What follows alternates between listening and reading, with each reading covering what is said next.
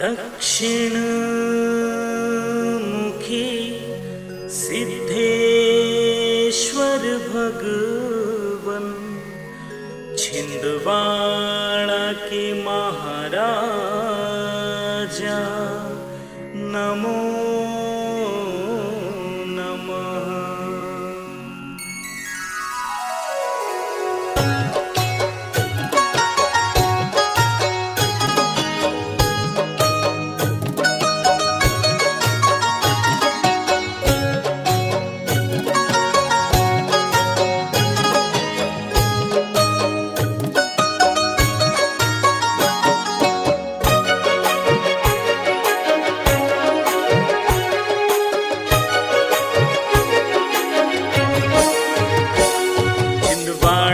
महाराज तेरी जय हो गणेश, छिंदवाड़ा के महाराज तेरी जय हो गणेश, तेरी जय हो गणेश, तेरी जय हो गणेश, तेरी जय हो गणेश, तेरी जय हो गणेश, छिंदवाड़ा के महाराज तेरी जय हो गणेश।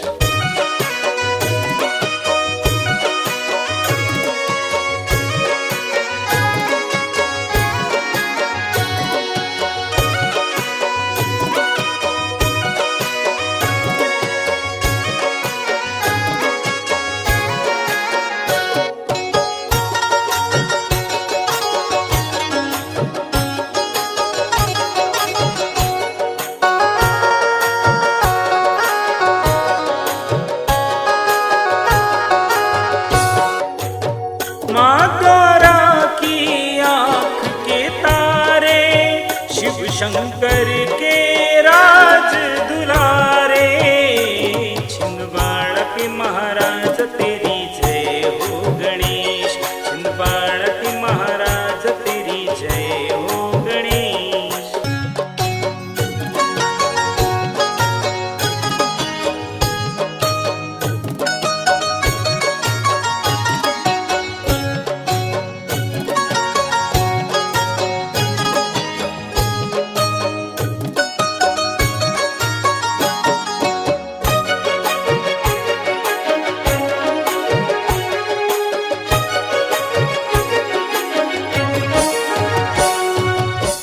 रिद्धि सिद्धि के तुम हो दाता, हरो हमारे कष्ट विधाता।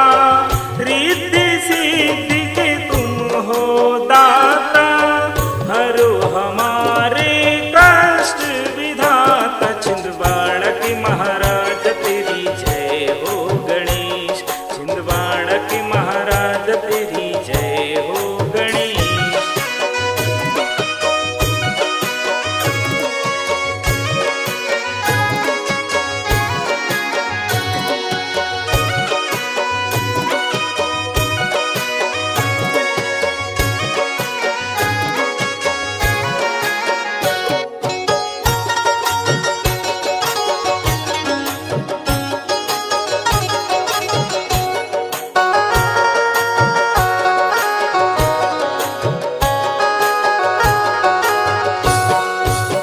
छिंदवाड़ा में आप विराजे, सबके बिगड़े काज संवारे।